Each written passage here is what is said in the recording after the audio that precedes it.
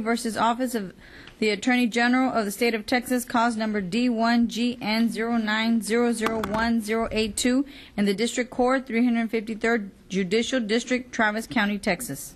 Do I have a motion? I move that we dismiss this case, and also, as in B stated, D1GN090013887. I move that we dismiss that as well. I do have a second. I second. Those in favor say aye. Aye. Those opposed say nay. Okay. Item 9, recommend approving the consent agenda. The board has agreed to discuss the following items. All of the items below that are not called out will be approved by consent. Yes, do I have a second? Excuse me. Do I have a motion on this? We need to. Which the one are items, we at? Item? yeah, that we're going to discuss. Which one? The items that are circled, in other words, by the board. Oh, you already, hold on. We're not consenting to. A and B, we already took care of that, right? Yes, sir. Yes, sir. Yes, okay, forget it. Okay, the consent agenda, let's see. Our board member decided to discuss number 10. 10. Well, that's in the other one. 16, 18, 19. 16, 18, 19. 15, 16, sir. 15, 15? 16. 15. 15. Do you want 15 also? 16, yes. 15. Okay, well, 15 also, it will be discussed. 15, 16, 18, 19. 18 and 19. Right? 23, 26, 27, 28, 29. Of course, the personal matters, 30, 31, 32, 33, 34. What? All of Under, them? yes, 26, unless The personal matters 31 through 34? unless you don't want to discuss it. 33. 33. 33, yes. 26, Okay, 33? 33 or let's 34? just- 33 and 34. and 34. Yeah, 32 and 34. All right. The rest we just, so it was 26, okay. Sir, can you repeat the personnel again? Let me Let's repeat go them. through it all again. Personnel. No, let me repeat them all. That'd be best. You? We have 16, 15, 16, 18, 19, right?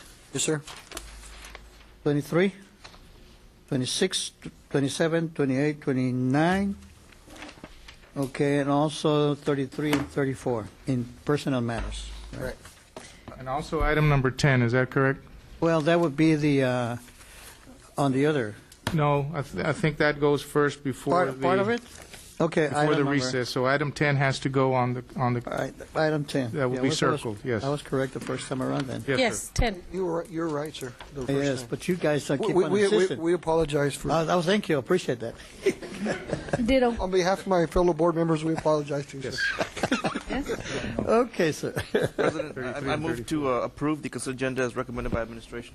Second. Be moved by Dr. Escobar to approve the agenda, and second by Mrs. Peña. Those in favor say aye. Aye. Those opposed say nay. All of it. Okay, ma'am. Item 10, consideration and approval of an order by the Board of Trustees of the Brownsville Independent School District appointing and confirming the Board of Directors to the Brownsville Independent School District Public Facility Corporation, authorizing the execution and delivery of a purchase contract and a lease agreement and related documents regarding the lease, purchase of certain school facilities from the Brownsville Independent School District Public Facility Corporation, authorizing the sale of certain land and improvements of such corporation for the site of these school facilities, approving the contribution of school district funds relating to the sale of this land and improvements, consenting to the execution and delivery by the corporation of a mortgage, a security agreement and a trust agreement, and the delivery of bonds pursuant thereto, approving the distribution of an official statement pertaining to the corporation's bonds and containing provisions necessary and incidental of the purposes hereof. Okay. Well, that was long. Do we need a motion from this one? Let him speak first. I will, yes, sir, please. What do you think? Yes, that's fine. That's fantastic. He's going to explain to us. Well, Okay, break it up. it's sprinting. Thank you, Mr. President. At this time, I'll have Mr. Jordan go ahead and present to us about item number 10. Thank you. But we have to go in recess. Board members, and Superintendent, my name is Larry Jordan. I'm with the Stratton Host and Company, Financial Advisors. Here with me is Carrie Trell, who spoke to you last week in your role as the corporation. And we're here tonight to consider the sale of school facility lease revenue bonds that are sold as qualified school construction bonds.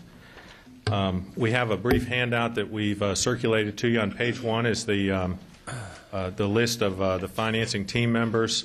I wanted to particularly single out that this was a really difficult transaction. It was really one for the record books. And we did a lot of work in a relatively short period of time. And your staff, Mr. Springston, Mr. Reese, Mr. Fuller, Cesar Garza, people from purchasing really did what it took to answer all the questions and be involved in the development of the plan. I'll just explain briefly what we've discussed before. A qualified school construction bond is a pretty recent innovation. The federal government is allowing you to sell bonds, and instead of paying as much as you would ordinarily pay in interest, they're going to give the bondholder a federal tax credit.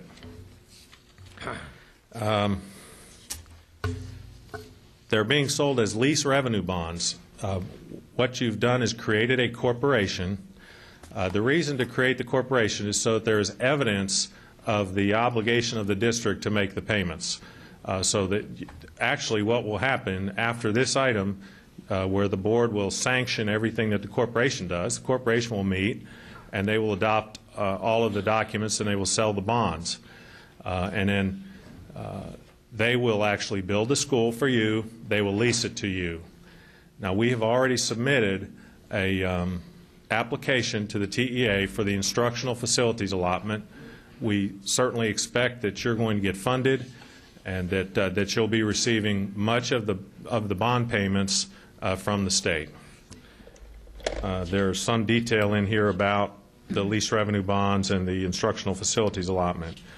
We did obtain a bond rating of A and A2, which are high-quality ratings, and helped us sell the bonds. On page 8, something that we discussed before, and I know some of the board members were frustrated that we were sort of, hedging and qualifying and said, well, we expect and we hope. Well, tonight is the night where everything gets settled. On page 8, you see the brief history of what the federal tax credit rate has done. Now, when these types of bonds were first sold, and there haven't been that many of them, the bondholders would get an 8% federal tax credit, and at that kind of a rate, they did not feel that they needed any interest payments from the districts. But as that rate has fallen, there's been an increasing need for districts to make interest payments in addition to the federal tax credit payments. You can see on page 9 some of the recent transactions. If you go back in time to when I was here in August or September, at that time I said that there were about $750 million of transactions that had been done. Between that time and Thanksgiving, another $750 million more got done, and since Thanksgiving, about $750 million more got done. And so when we told you that we expected that there was going to be a rush, that rush did take place. We expected that there would be some a broadening market, but still a very narrow market, and we would be very much subject to the will of the bondholders in terms of what they wanted in terms of rate and terms. On page 10, we go over some of the basics of the bond issue. We had authorization from the state to sell as much as $16 million. We didn't need that. You got a tremendous construction bid for about $11 million for the school building. On top of that, we're able to fund some of the cost of issuance as well as the architectural fees for a total of about $12.5 million. Now, there is a discount, which means when we first priced these, first of all, it's a relatively small transaction in this market, and it's a board of credit, and it's subject to the lease the lease appropriation. So there's some reasons why bondholders wanted an interest rate. And without a discount, we could get an interest rate of about 4%. And so the discount allows us to basically say to the bondholder, well, if we wanted to pay less of an interest rate, what would that involve? And they say to you, well, I would pay less for the bonds. That's a good thing for you in the long run, as I'll explain later. There are two reasons that you're doing this in addition to building a school, and that's the principal reason. But from a financing standpoint, you're reducing your interest costs, and you also have the opportunity to earn money on the investment of the bond repayment. So in allowing the discount, that has also brought down your interest rate, and it has made available to you slightly more money to invest.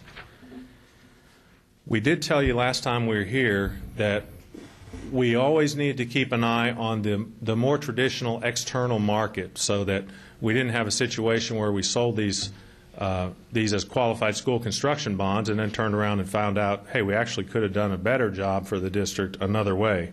So we have shown you here the debt service payments, the reduced by the earnings on the sinking fund, and then we've present valued both numbers. And there is an advantage of almost $1 million, and this is conservative, in terms of benefits of doing it this way as opposed to the traditional tax-exempt bond.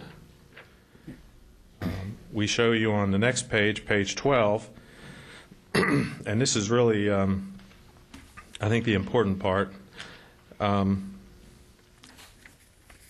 There is a contribution in column A to pay off the bonds.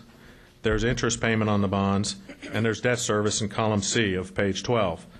And most years that's around $1,200,000. We expect that the state will pay $884,000 of that, so the district's payment will be about $343,000.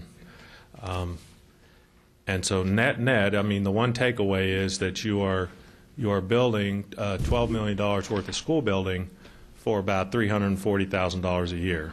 So it's really, I think, a compelling opportunity, and it's one that justified all of the hard work and the long hours and some of the technical challenges. The documents that you'll be asked to approve tonight will basically authorize the corporation to sell the bonds. We'll enter into all of the lease documents and mortgage arrangements between the corporation and the district.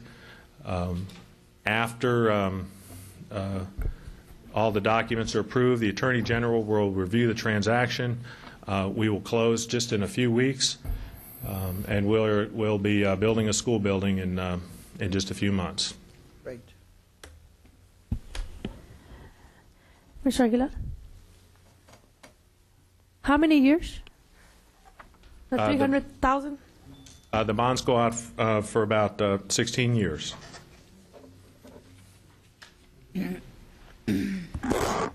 2025. 2025? Yes. By the year 2025.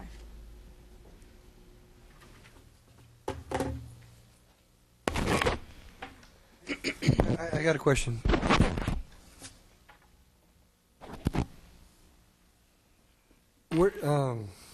Where did you get on page 10, your projected IFA assistance?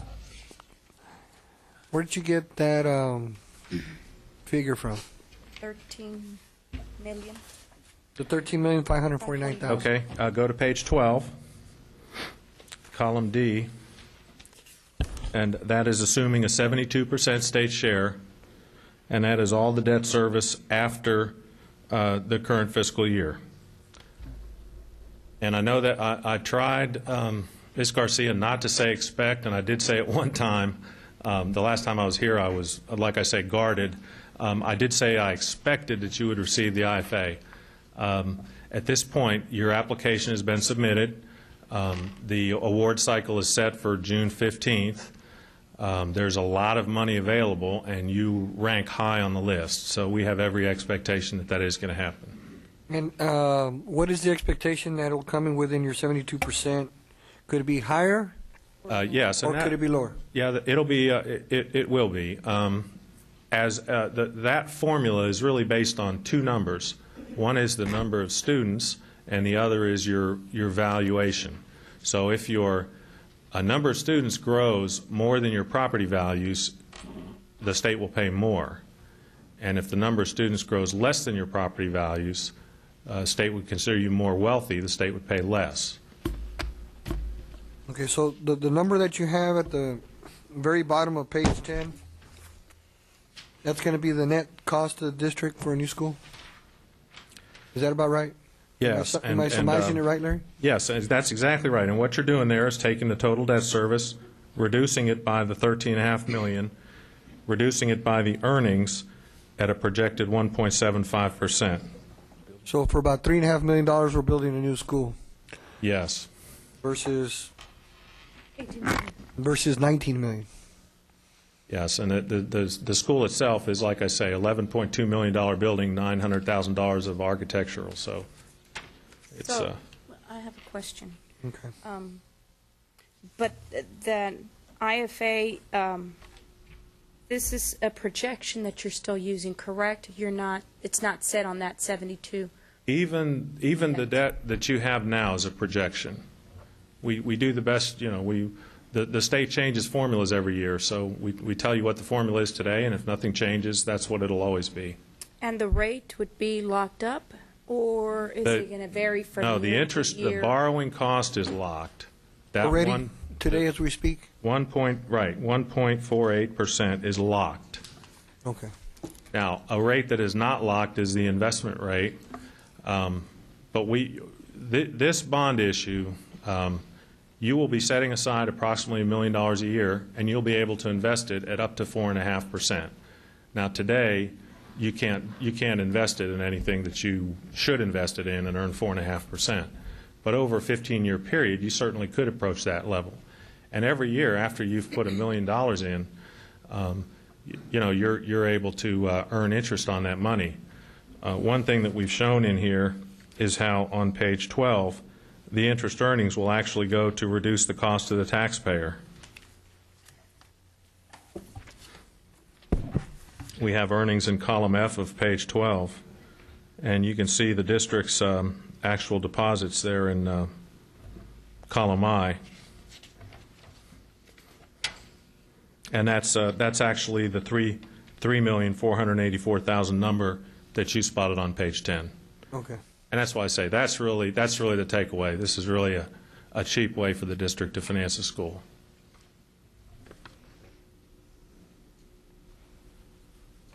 Anyone else?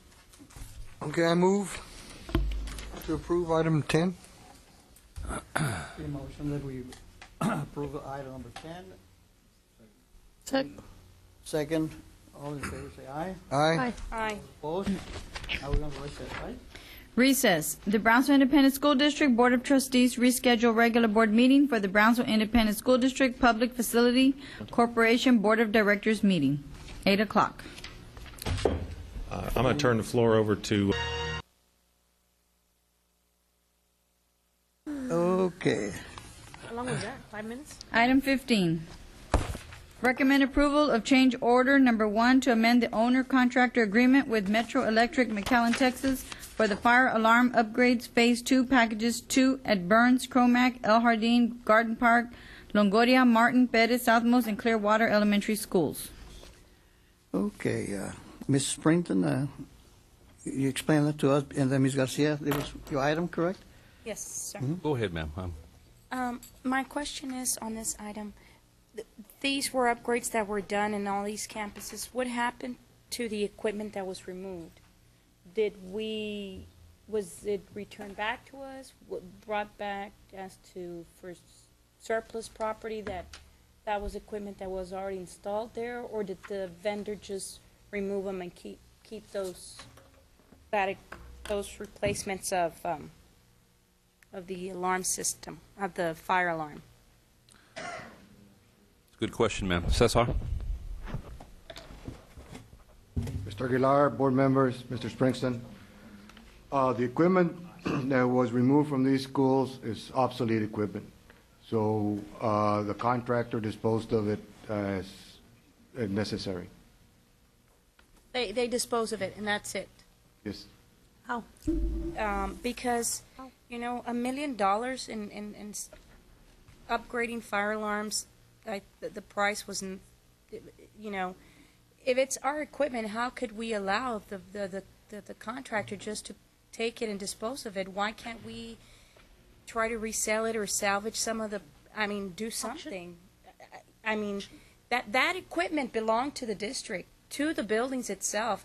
And when I see here that the total contract, the sum was $968,000, you know, almost $1 million of, I understand we need to upgrade because codes change and those are guidelines, but what if that equipment can be sold in our auction to other people that might have use of it?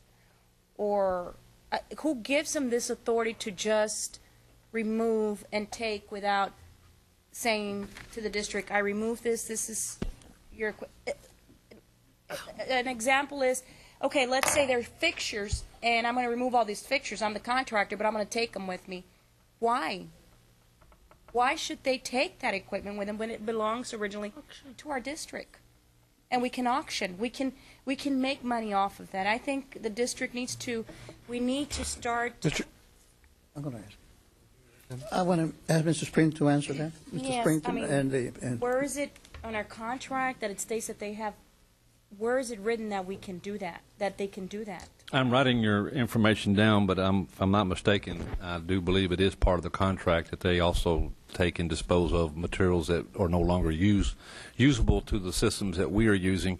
But I'm not for sure about the in-depthness of the contract, whether or not it meets the new specs that are required by law. Well, when the design was done, the equipment that we replaced was deemed obsolete.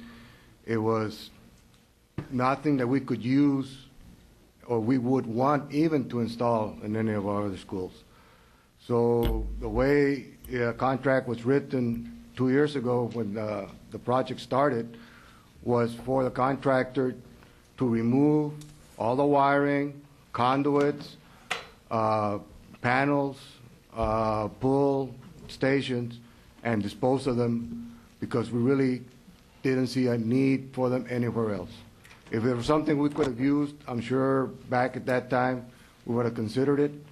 But my understanding is the equipment was so old and obsolete, parts were not available, that it really was of no use for the district any further. You know, Mr. Aguilar? Yes, Rick, go ahead. Really, we're here on a contract reduction change order. I think we should vote on that. I think maybe administration, Mr. Springston, you can bring us back at the next meeting as a discussion item to answer her question as to these items and the availability and the logic behind throwing it away, or if there was something that we could have used or we could have sold to somebody somewhere that may have been able to use it. I think we need to stay on line about what our item is tonight, but I think she had a valid question, and I think That will be no problem, and we can even include information on your Friday letter if you want to go back and look at your and meet with the people who had put in those systems.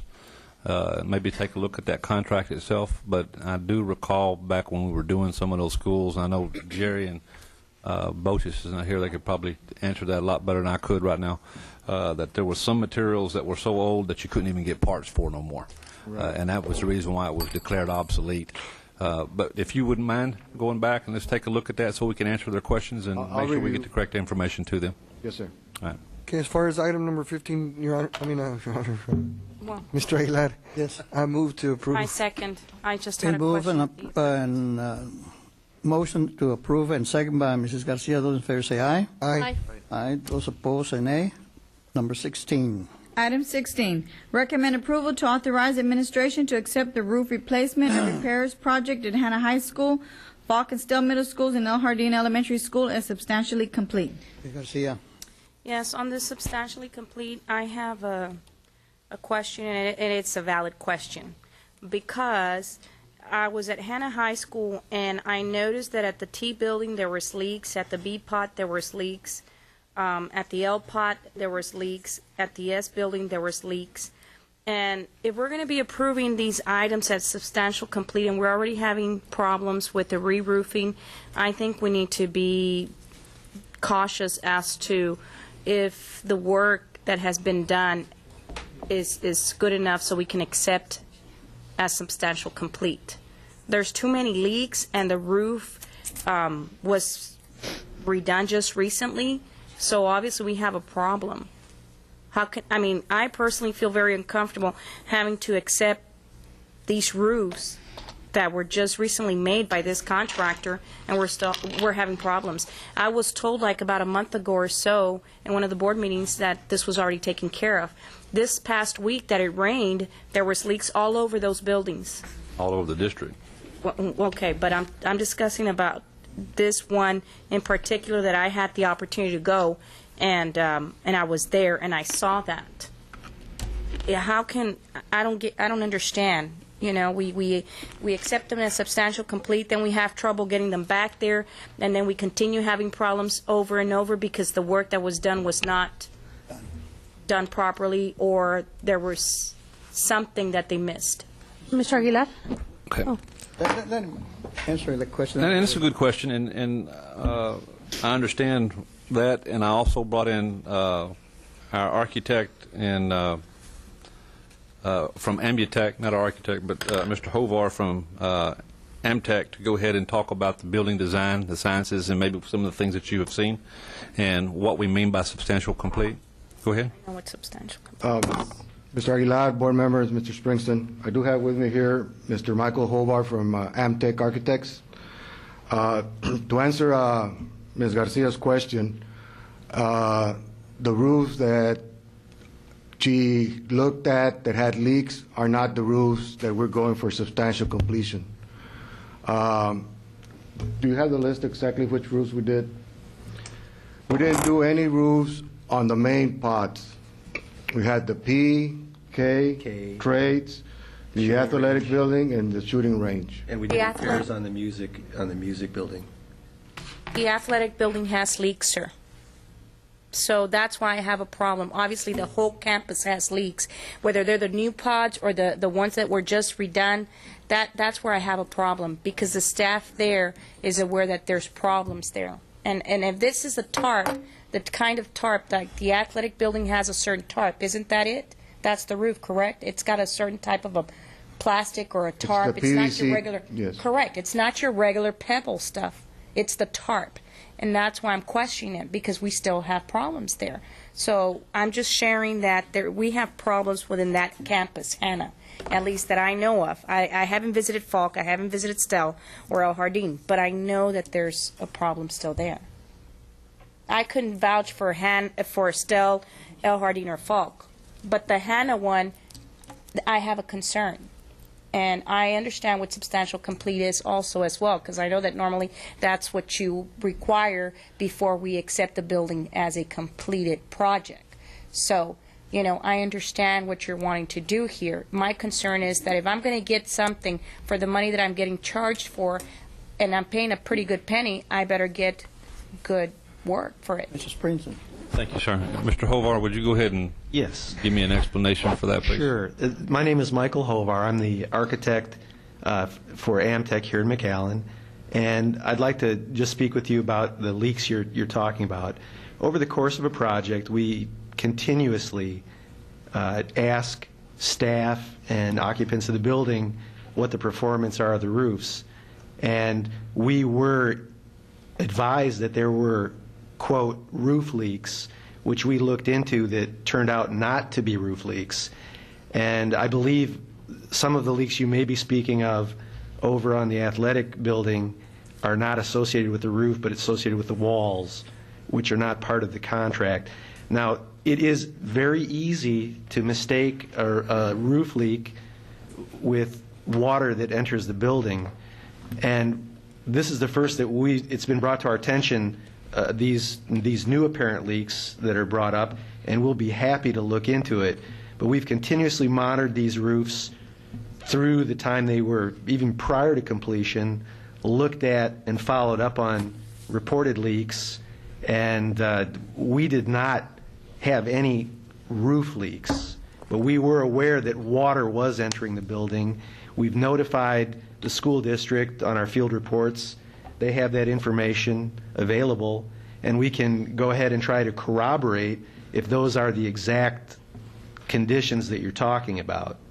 But to our knowledge, because we take this very seriously and we follow up on a very regular basis, and we were not aware of any. And I have to say that Mr. Escobedo's firm did a very good job, very responsive on the project, worked with us very closely, and if there were any problems, and I don't think we had almost no leaks during construction whatsoever, which on a project of this size and of this duration is I think, a very good accomplishment for Mr. Escobedo's firm.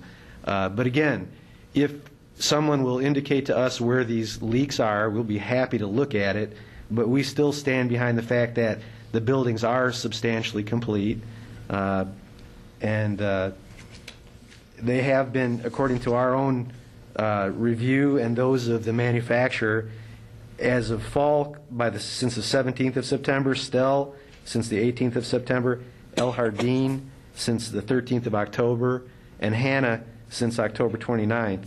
And I also let you know that the project was completed under budget, and nearly $86,893 are pending on a change order deduct that's going to be issued at an upcoming meeting.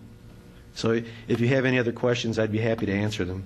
Ms. Peña? Mr. Aguilar, Mr. Springston, I'm just curious, is it possible, because we had a real strong rainstorm come in a couple of weeks ago, and I mean strong that my son called me and told me it feels like a hurricane out there.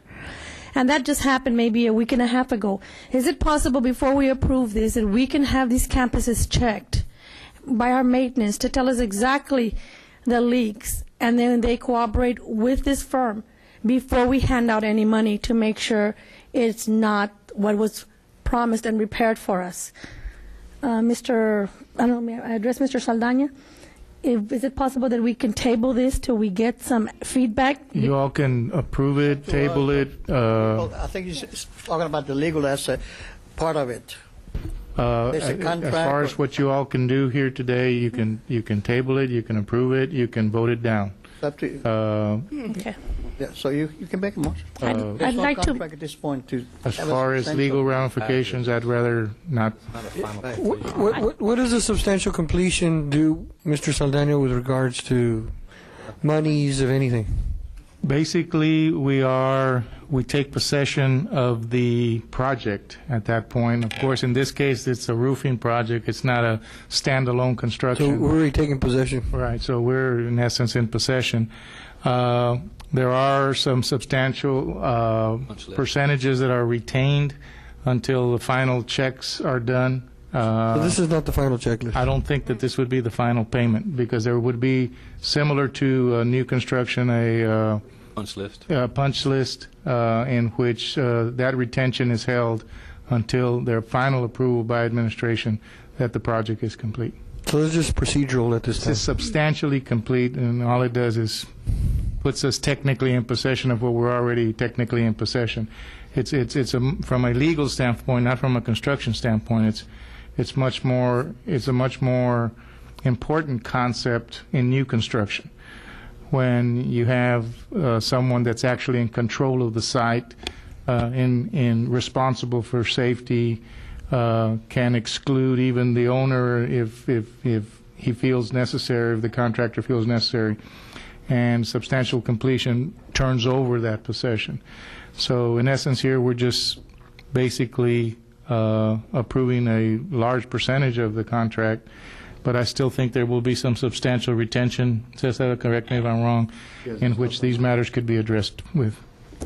I would still like to table it until we can get that checked, because this is something that is important to our district. I don't like to take possession of anything that's substandard. So I'd like to make a motion that we table this till we get our maintenance to go to all these schools to see what happened during this real strong rainstorm that we had a couple of weeks ago, and then we can put it back on the agenda for the 15th. I'd like to make that motion to table it till the 15th. I'm sorry. I'd like to make a motion that we table this. There's been a motion to table I this second item, it. being seconded by Ms. Garcia. Those in favor say aye. Aye. Aye. Those opposed? Okay.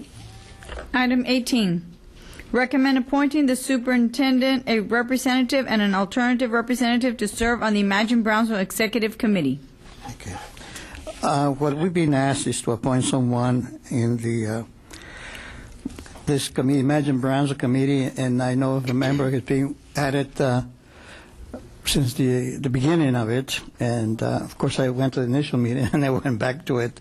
So I would like to make a motion to recommend Mr. Rick Sias as our representative, and Mrs. Peña as the alternate, and of course our superintendent, interim superintendent, Brett Springton. Do I have a motion? Is your motion? Yes. You have a second to this question? I'm sorry? Then your question is, do we have a second? Yes. Yes, I'm sorry, yeah, you're right. I need a second. Mr. President, before I second the motion, Yes. do they accept? Yeah, I'll accept it. Well, then I'll second the motion. I'll accept.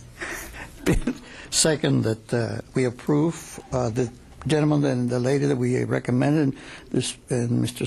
Springton. Those in favor say aye. Aye. Aye. Those opposed? Item 19, recommend adopting the organizational documents of the newly formed Ad hoc Insurance Committee with recommended changes. This is both Garcia and Sias. Garcia? On this one, we've already gone over the bylaws, or this is where we're gonna No, just vote on it? we discussed the bylaws right now. If you want some changes, we need to discuss some of the changes in the bylaws. They're there in the, Yeah, that was my question. Were we gonna be able to review once again and? Yeah, I sent them out on a Friday letter asking if there was any type of changes or anything that you would like to look at, anything you'd like to change, and to go ahead and finalize this document. And there's one little detail that I wanted to, Sias? Mr. Aguilar, I'm sorry. I think that since the hospitals are a major provider of services to us, I think the superintendent should be in charge of appointing a representative from each of the hospitals, whoever he chooses to be the representative from each of the hospitals. That way our hospitals are fully represented. And then us board members can just do the three people as it is in here, which would be out of the, what is it? An employee, a person from the medical community, and a person from the insurance committee, community. Yeah, Mr. So my recommendation would be to approve the minutes as they are with that change. Can you repeat your change? Dr. Escobedo? Mr. Aguilar, All can right. you repeat it? The real change would be in the part where each of the board members and the superintendent name, and it's on section 1, membership A. It says the membership of the ad hoc insurance committee is made up of individuals appointed by school board trustees and the superintendent. Each trustee and the superintendent has appointment authority of 3 members, 1 member of the medical community, 1 member of the insurance community, and 1 employee. Previous school board members or political candidates are not allowed to serve on this committee. What I was going to say was that should be changed to make the superintendent in charge of, instead of having the authority to appoint a member of the medical community, 1 member of the insurance community, and 1 employee, that the superintendent is in charge of appointing somebody from each one of the 3 hospitals. That's the way they're. Yeah, that's the additional. However, go ahead. But we're just going to go ahead and continue doing what we're doing. The medical and the.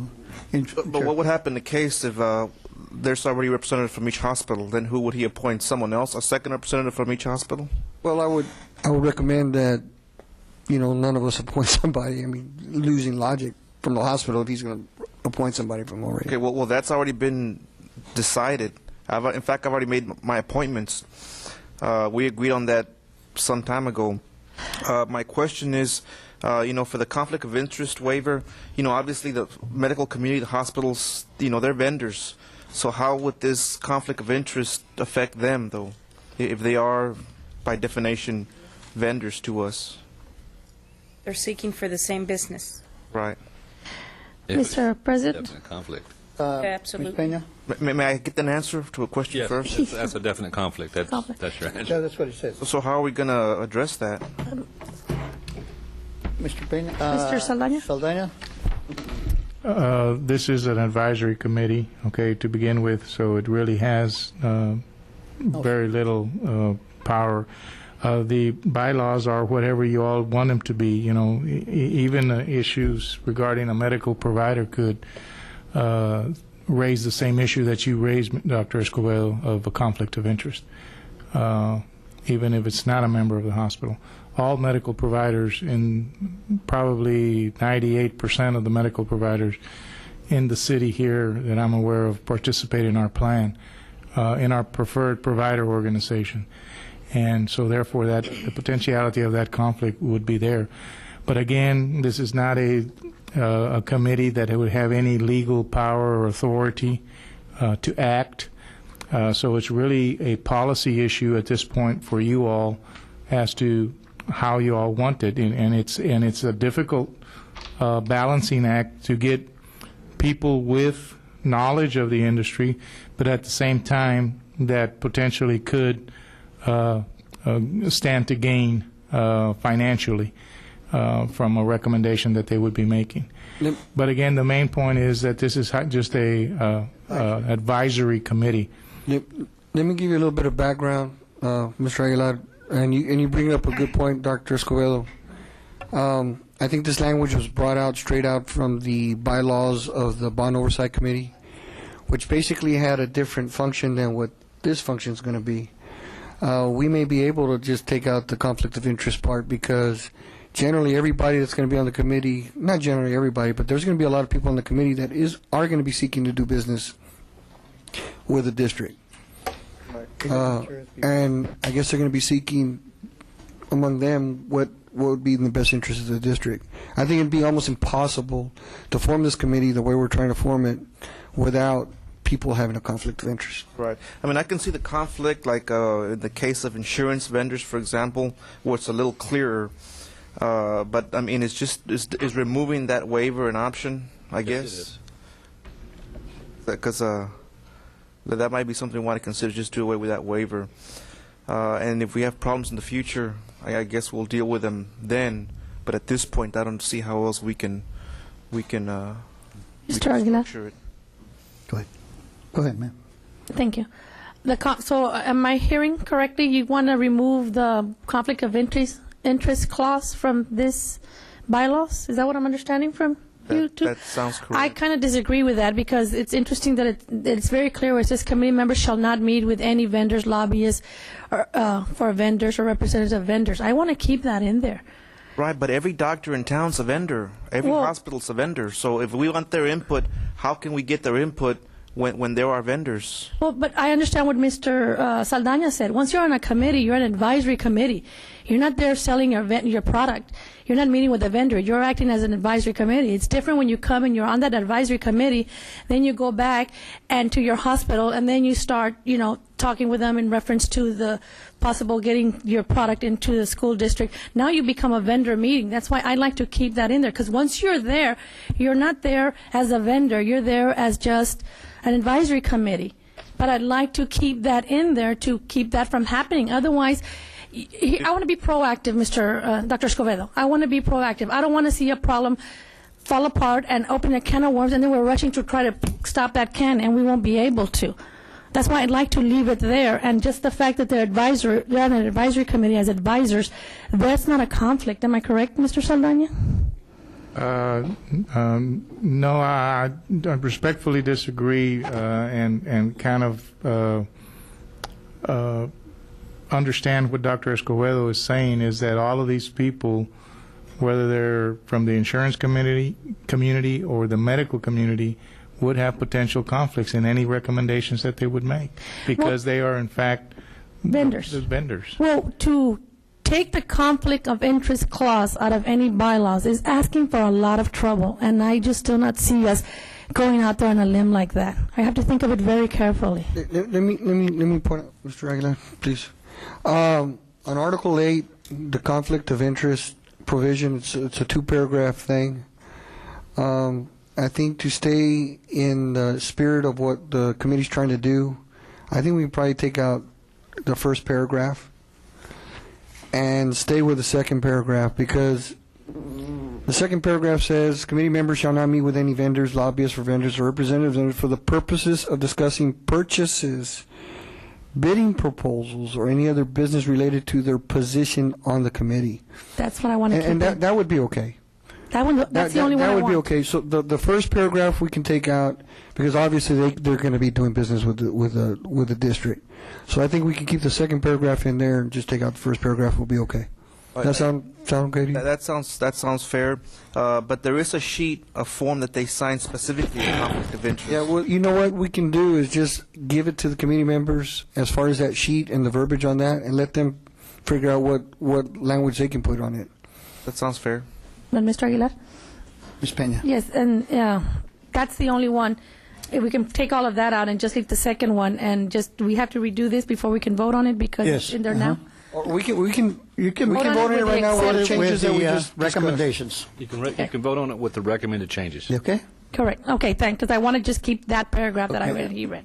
Mr. The rest we Science, can move. would I you, have you have a question? I have a question. Okay. Under also, we go to Article 7, I believe. Then right below, there's a subcommittee report, business adjourned. Closed sessions may be conducted upon call by the chairperson. Closed sessions should be conducted only when the dissemination of information by ways of public meeting might determinately affect the business of the Brownsville Independent School District. That kind of contradicts And itself. who's gonna, the members will elect their own chair amongst themselves, or what? Yeah. It's according to the bylaws, yes. Oh, see, this contradicts that. It should be conducted. Mr. President? I would hate to assume, but some of these people, are they really already going to come in with a mentality of, you're going to be a chair, you're going to be the chairperson, I'm going to be this, I'm going to be that, or is that going to be discussed on that day that they arrive? The way we did it on the Bond Oversight Committee is we just voted like regularly, you know. Took nominations and Just took nominations, vote, and, you know. Mr. President? Yes, ma'am. On reading that closed session may be conducted upon call by the chairperson. Next sentence says, closed session should be conducted only when the dissemination of information by way of public meeting might detrimentally affect the business of the Brownsville Independent School District. I would like to change that to say closed session shall, not should, because should gives the chairperson the option to do whatever they want. Should is optional. Shall is mandatory. Can we table this item and review it a little bit longer amongst Because our one own, contradicts so- the other. One says the chairman can call. I don't matter. We I can think make we the can changes, table and we'll bring it up next board meeting, so 1 week from now. I feel more comfortable if we table it and we have more time to go word per word or article per article. I mean, I had already gone over it, but some of you have also other concerns, and I think we need to try to put it together before we even vote on it. I just don't feel comfortable in whatever word we missed out on another paragraph. It's not Mr. President. fair. And I agree with her very strongly, because we're going to appoint these people.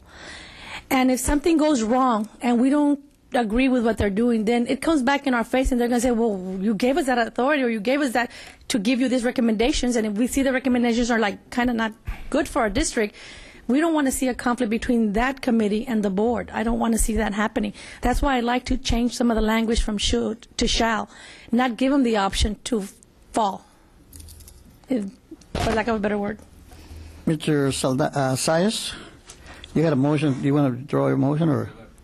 Oh, Mr. Columbia's going to speak. I'm sorry. My apologies. Before the motion, if Dias can restate his the purpose of the committee, the charge to the committee, as something that should be understood by the nominees. Yeah, the charge of the committee, as my understanding, was to not necessarily make any recommendations on any vendors or anything of that nature, the present system that we have with the health insurance, and it's really escalated really high in the last 2 years from the numbers that Mr. Fuller gave us, is we have a plan that belongs to the district that puts the rights of all the employees and what it pays out and the like. We have a third-party administrator that receives the claims and actually administers the plan.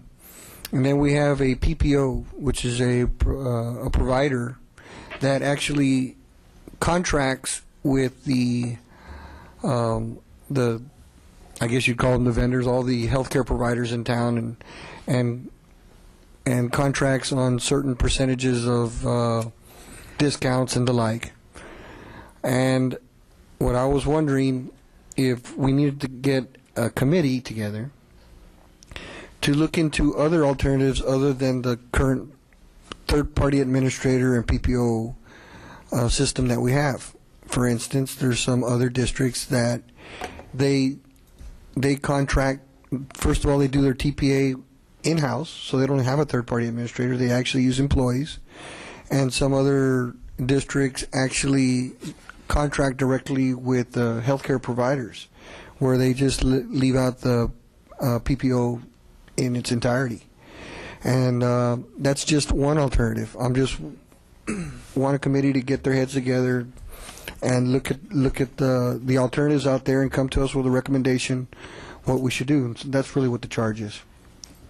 As we make nominations, they should be understanding that the role of the committee, the charge, and the advisory status of the committee. Right.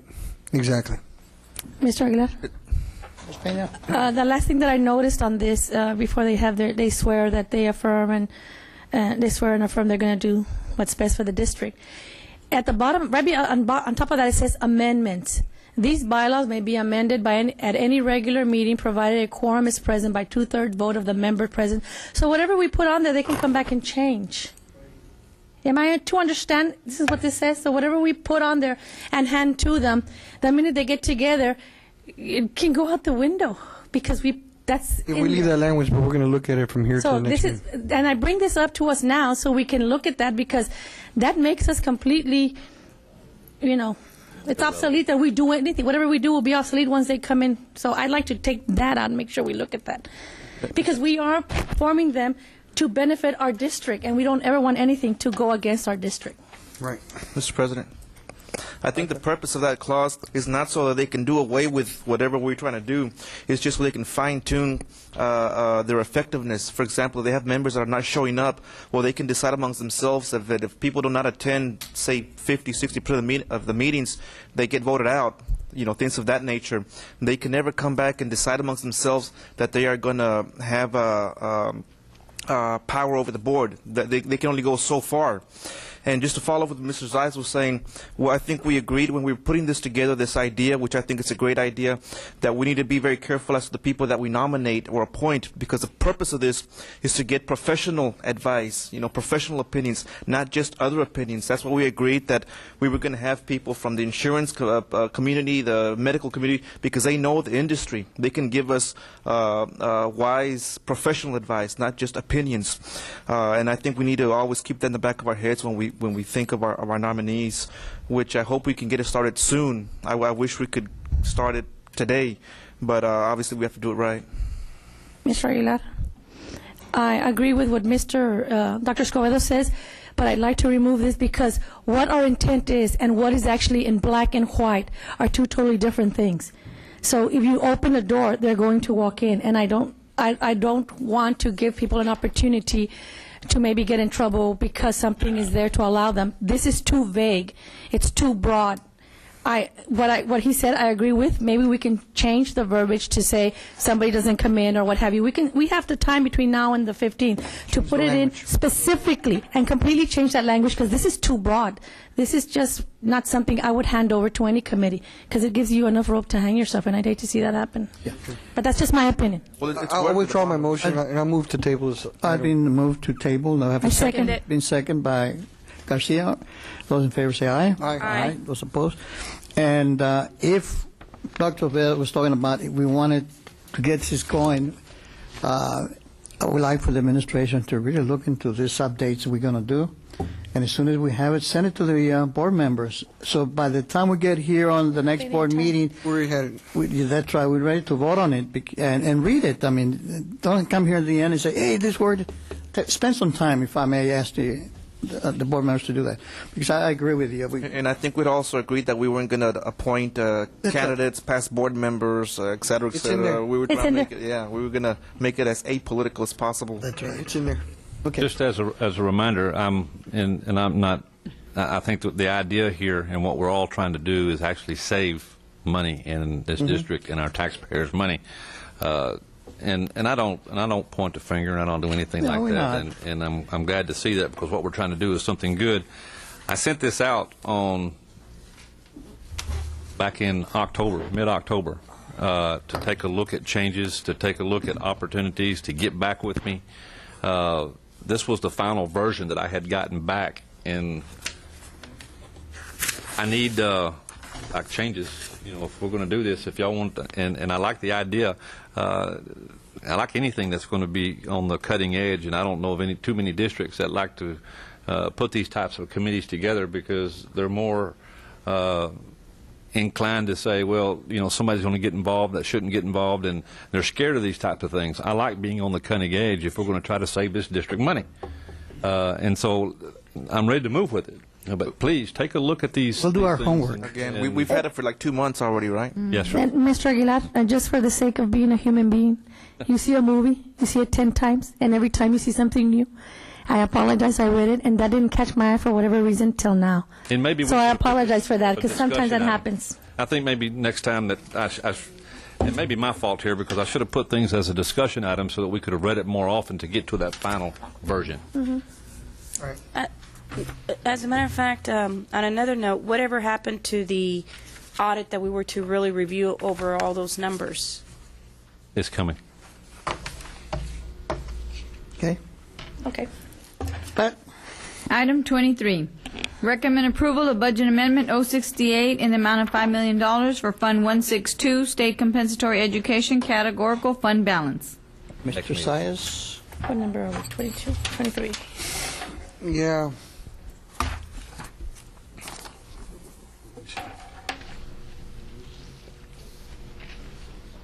$5 million. Where's Mr. Fuller? Or Mr. Reed? Is that summer school? Yeah, this is a lot of It's a lot of summer school. a lot of summer school, and $1 million for indirect costs that we use now, that the government or the legislation said that we could come back in and use 45% of that state compensatory money back into our local funds. You'll see most of this is extra duty, mini grants to campuses so they can actually perform tutorials after school, busing of kids home in the afternoons, and for our elementary, middle, and high school summer programs. I guess what I'm asking is this part of our budget? This is in addition to our budget? Where'd these funds come from? Is this additional funding? It's not clear at all. This is just funds out of, and Mary Jo can talk about this, this is more money just out of our state compensatory funds that we're just shifting around.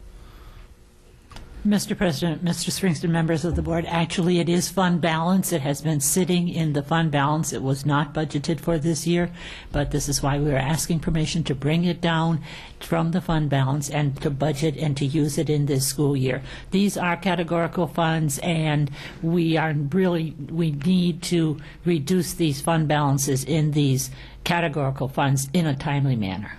Okay, so the state requires us to do that? All right. Mr. President, indirect costs, specifically. Example, Mr. Springston. Building maintenance, purchase workloads associated with grants management. I'm trying to think of anything else. Payroll workloads, everything that all of the people who are paid out of 199, who indeed are part of administering all this money, just because all of these monies flow through the district.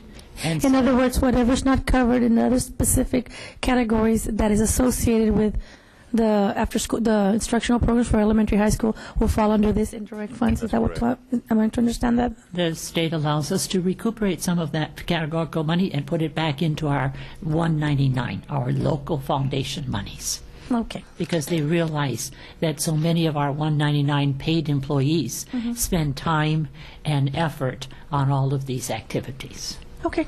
Thank you. Brownsville, state income, of course, is going to also budget for summer school. Is this included here? Yes, sir. Okay. Also, is that 15% of the state income they go for administrative use? Is it included here or not? We put all of this money to instruction, but we do have state comp money that is in administration in the current. Okay, so it's included here. Yes, sir. Okay. Yeah. Ms. Sass, do I have a motion? Move to approve. Been moved to approve. Do I have a second? Second. Those in favor say aye. Aye. Those opposed? Say nay. Not. Pat? Item 26, recommend approval to renew the support for student accounting systems with a Pentimation software support agreement in the amount of $33,891 from local maintenance funds for the 2009-2010 school year. Ms. Garcia. Yes. On this one, I had a question. The invoice, there's an invoice on this one item. Was there already a PO for this invoice, or it was meant to be a quote and not an invoice?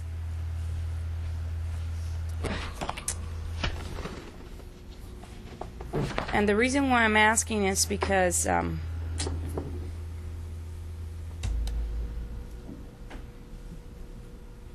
we're approving for the recommendation to renew the agreement.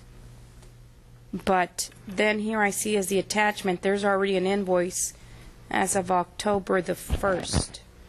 So I'm thinking there was not an open PO on this one item, but they continue to bill the services for these services. What are we continuing to approve invoices without POs and without coming to board approval over the certain amount of money that is supposed to be board approved? Yeah, because I see two you different see- dates here. I see September 1st and I see October 1st. And I'm telling you, because I'm going to refresh everybody's memory, we've already one for $125,000, one for $10,000, one for 40-some thousand, 42 or 43,000, and this is going to be the fourth PO, the fourth invoice without a PO, and there's policies and procedures that we're having to follow. So what Is Mr. Vernon here? Ms. Pena, can you answer that? I just, Mr. Werner. My She's up there. concern is that I know that some employees are being held accountable, and I just, I want to clear the air that I don't want people to be getting in trouble for this. And do we have to approve? There's board policy that says that before we approve, it needs to come for board approval. Then it's proceeded with the purchase.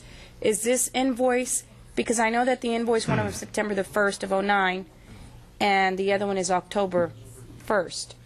So unless it's an open PO, can you explain that, Mr. Werner, please? Yes, Mr. Springston, board members, this particular invoice was initially directed to the Special Services Department in error by the company. When we found it and they had not been paid, they contacted us and asked us for payment. We took a look at the invoice after receiving a copy and determined it was for software products that were used by our student accounting system. We otherwise would have had this probably up for your approval a couple months ago had the vendor directed us or directed the invoice to us directly. And this is an annual support agreement. I believe this invoice covers a product called Optio, which is used to control laser printers. 4Js, which is a programming language, and the last one is a report writer that's used by the student accounting system. We have no control over when the vendor sends the invoice out. It's done on an annual basis. Okay, and I understand, Mr. Werner, and I don't want you to take it personal whatsoever. I have a concern because my employees, our employees, are then targeted at. And Mr. Springston knows that I've already made it clear to him that we need to try to tell our staff, please try to follow the protocol or the procedure. Am I correct, Mr. Springston? That is correct, ma'am. And Ms. Flores, the auditor, as well, we've discussed, because there's numerous things in the district that occur, and the district is such a big monster that you don't know why the invoice was billed to special services or why it ended up over there, or, I mean, there too many things could be happening. But believe it or not, it is my concern that when these things come after the fact and you've already been invoiced, we're told that there's a policy in place that this needs to be brought to the board for approval, and then you proceed with the purchase. But it's not, I'm not blaming you, and I just want to clear up the issue because there's too many, has happened too many times in less than a year. Well, in this particular case, we have no way of anticipating when these invoices come out. It's not something that we're doing on our own by contracting with the company before we issue a PO. We always issue the POs after we receive board approval and let me secure payment. And I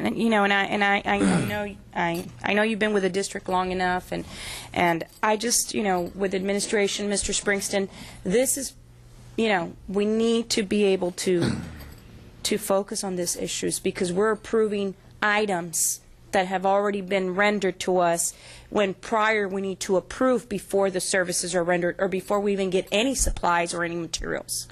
Yes, ma'am, and I do agree with you. And in fact, the instances that we have found, we've found different reasons here on the last several ones, on the ones that this had occurred, and this is including this one here that was sent to the wrong department before it went to Mr. Werner's department. I will tell you that we are working with Mr. Reese and with Mr. Fuller in finance and in budget, and we have come up with a final version and a final draft of the training set forth that will take place in January, because we have found that there have been changes all over the district in different departments over the past several years, that there was never no training, there was never no updates, and we talked also with internal auditors, and we've come up with a set of procedures that deal with that specific board issue and district issue, and we will be commencing these trainings when we get back from the Christmas holidays. Mr. Aguilar. Spain. And on just a note, an observation, I guess Ms. Pesas is asking, some people we've hung, other people we've forgiven. So what we need to do is treat people equally, because some people we hang and others we forgive. And I like to believe we're all children of the same God. So I like to treat everybody equally. That's the only thing you're going to answer for when you get called up. My question is, did I hear you say that the customer PO, it says special services, but that wasn't supposed to go to special services? No, the invoice itself indicates special services. Uh-huh. You see, we have software products that are used by special services. Also, our student accounting system and our BITEC financial accounting system are all now owned by and supported by the same company. So they send invoices out to the school district, and in many cases they're not very well labeled, so we don't know which department is going to address those. So the one I have before me on the screen, customer PO special services, is that correct, or are you telling me that's incorrect? That was the question. It's incorrect. It wasn't special services. So are they going to issue a new one? No, there's no change that's necessary. It was merely a line item on the invoice that indicated what department they thought it was going to. So what department is it going to? It's going to our department, To his Computer department. Services. Okay, well, I strongly believe that we have to have it properly noted here. I do not want us to pay something that says special services. You and I leave years down the road, this hangs on, it says special services. That is unacceptable to me. It has to say what it is. Yes, and I would like to have this corrected also, somehow, I'll with talk a to the letter or company. something, cover letter to say this, and then clip it on. Because when you and I are on our way to, greener pastures, I want someone to be able to say, oh, this is what this was. Sure. So they don't use it against someone, because I've seen that happen. Maybe excuse me, Ms. Bingham, just a correction, like she says, instead of reading special services, because then when there's an audit or something going on, at least it's indicated there in the proper. I mean, I know that it's addressed to Maury Vernon, which is you and your department, but I think for the purpose and the sake that it doesn't reflect later on the administrator that is there in that department. You know what I mean? It's just make sure that everything is worded properly. As if it's, I believe computer services, is that your department? Instructional technology. So maybe they can just delete special service but put instructional technology. Computer services. Yeah, or computer services is correct. Thank you. But because those are things that I'm concerned, and I've brought up to Mr. Springston, because this has just gone too long, and I don't blame administration. I know that things can happen, they get lost, but sometimes these things are used to go after our employees, and it's wrong. Okay? All it boils down, Mr. Byrne, is to contact the company, whatever it is, and make sure that those invoices are billed correctly to the right personnel, or correct department. Sometimes we forget there's so many entities, but somewhere we have to centralize that some of this got to go to a central office that's responsible for paying for it. And basically, that's what we're talking about here. Okay. Mr. Aguilar. Mr. Zayas? Let me make a statement. Go ahead. Ladies first. Yes, ladies first. Ms. Peña. Princeton. I just want to state that computer services, special services, and BITEC have gotten together. We've sat at the table. Good. And we've looked at our calendar and looked to see when our software maintenance fees end and when they begin. And so I take what Mrs. Presas Garcia has said very, very seriously, and she is correct 100%. We have already started the process, and for this should not be a problem for next year, because we're consolidating what we're going to bring to you way ahead of before the end of our period. And that is all part of the, excuse me, sir, if you don't mind. That is all part of the documents that I'm learning from you. That is all part of the documents and the documentation that we have put together in the last several months with Mr. Reese and his department by communicating with these other sectors that did not have that communication in line. And with the new training that's coming up in January for all of these departments, and we'll put all this stuff together and it will be all in tune. Absolutely. Let me just say, every time that this has come up in this past year has been due to software renewal. I've noticed every time. And I think the software companies need to be put on notice. If you want to get paid properly, you need to give us notice before your term. An invoice. Before you send an invoice, tell us, hey, it's going to be renewed, and you need to get it together with your boards and get this stuff approved, or else you're not going to get paid. A notice, 60-day prior notice, it's expiring, you need to get us a new PO. Correct. That's their responsibility as well. I know that our local vendors, the smaller ones, they don't release merchandise because they know they're not supposed to. Your Glore. So the only difference is that this equipment's already in place and is continually working, and they're not really giving anything more. They're just allowing us to continue using it. They're giving us the license to use it. So, But that puts us also in a bind. Yes, it does. but we need to get it done right, and that's the way to do it. Okay. So, move to approve. It'll be moved to I approve. motion It'll be second by Ms. Garcia. Those in favor say aye. Aye. Those opposed say nay. Ms. Perez. Item 27, recommend awarding RFP 10-073 for ADA and TAS DLR Consulting and Inspection Services Annual Contract to take K Plus Architects, Brownsville, Texas, to provide consulting and inspection services, and to authorize administration to negotiate a fee for said services on a project-by-project basis to be paid from Local Maintenance Fund 199. Size. This is basically an RFP with no amounts right? This is basically just on qualifications? Yes, sir. Okay, I move to approve. We move to approve. Do I have a second? Second. Second, Mr. Colunga. Those in favor say aye. Aye. Aye. Opposed, say nay. Okay, Ms. Perez. Recommend awarding RFQ 10-077 Civil Engineering Services, Design, Surveying, and Topography Services Annual Contract to Ambiotech Civil Engineering, Inc. and Plager Engineering, LLC, Brownsville, Texas, to provide civil engineering services and to authorize administration to negotiate a fee for said services on a project-by-project basis to be paid from Local Maintenance Fund 199. Sias. Same question? It's the same answer. Yes, you got you. Okay, move to approve? Ms. Garcia also had a question, if I may. I'm sorry. No, it was, I had, Okay. it was either or, to use either or vendor and just, Right. that, I have a yeah. motion to approve. Do I have a second? Second. Second by Ms. Pan. Those in favor say aye. Aye. Did you have enough? Those opposed say nay. Ms. Perez. Item 29, recommend awarding RFP 10-097 Construction Services for new elementary school number 144, Daniel Breeden Elementary School, to D. Wilson Construction Company, McAllen, Texas, in the amount not to exceed $11,213,000. Cost to be paid from Local Maintenance Fund 199, Qualified School Construction Bond. Sias. Yeah, I had a question. Why are you doing, I've never seen an RFP on a construction contract. I thought it was lowest bidder, concealed bid. I'm a little confused. Thank you, Mr. Zeiss. This was set up in accordance with our QSCB bonds.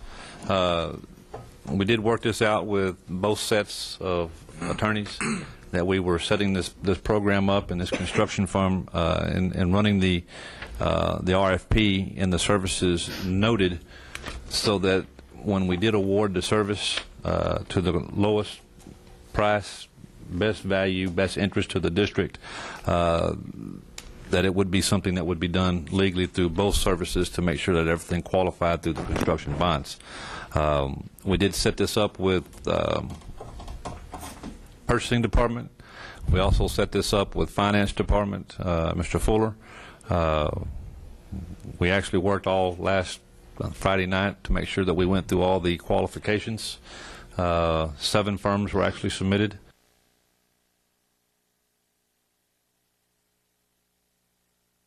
For this project. I'm a little confused. Am I a little bit confused on why a construction project can go just on RFP and no Well, without cost as a basis at all?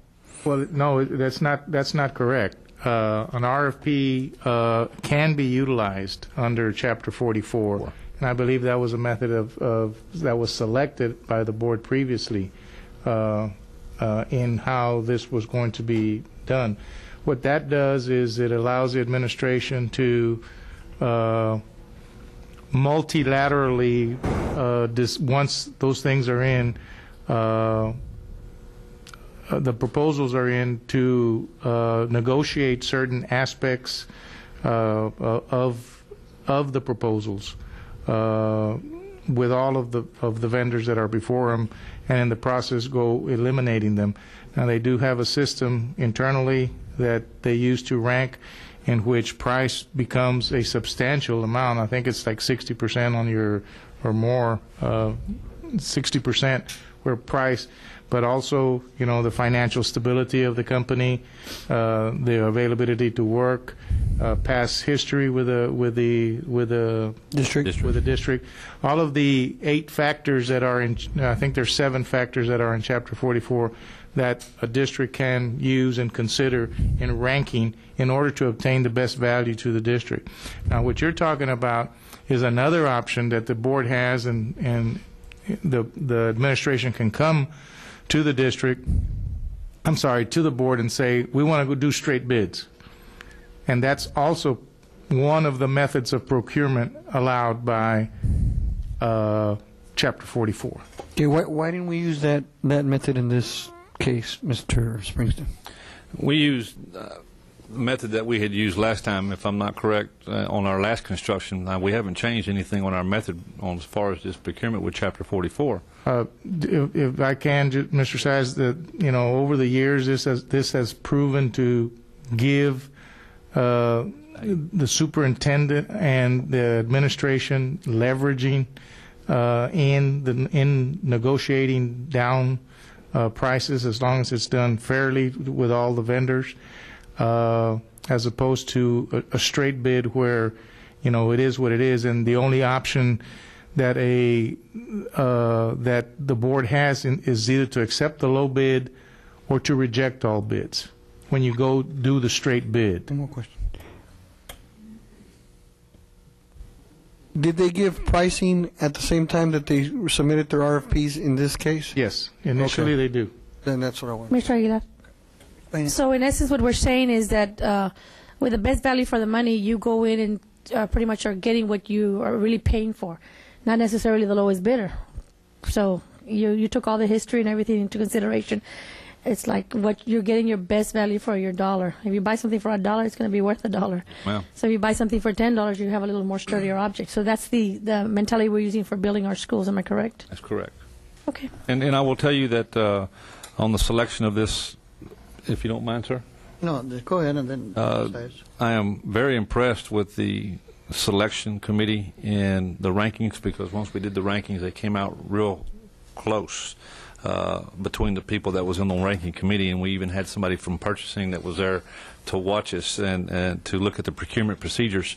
But this school, which is actually bigger than more square footage than most of the other elementaries that we have built in the other three, actually came in at a lot less. And if I'm not mistaken, we're at $104 per square foot. Am I correct, Cesar? 107?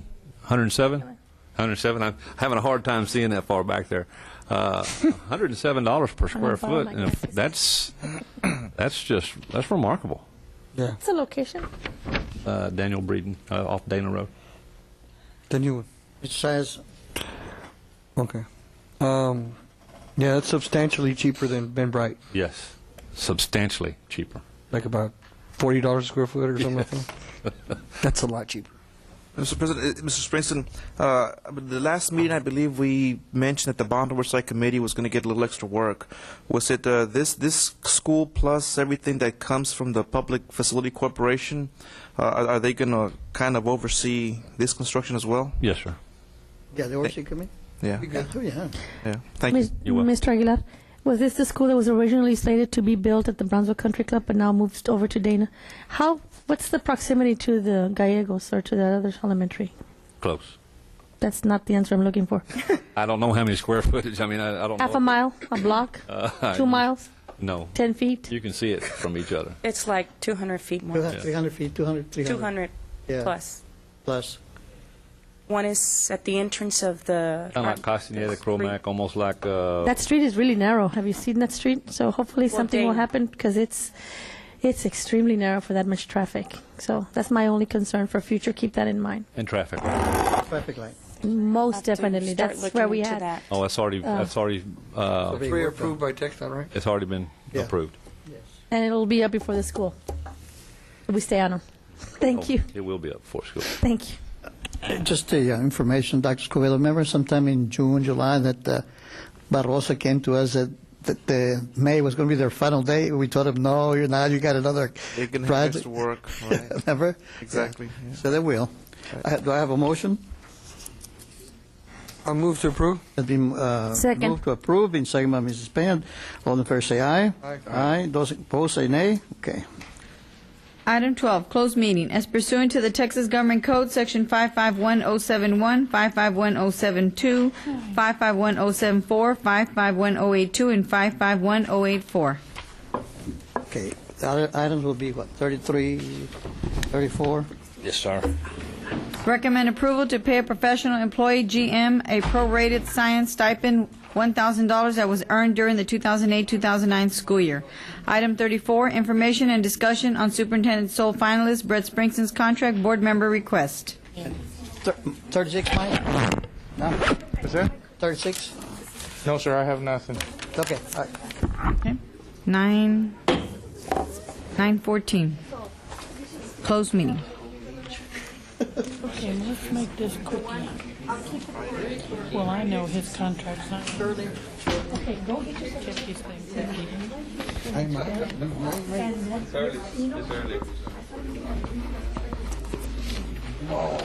Brett's not gonna be.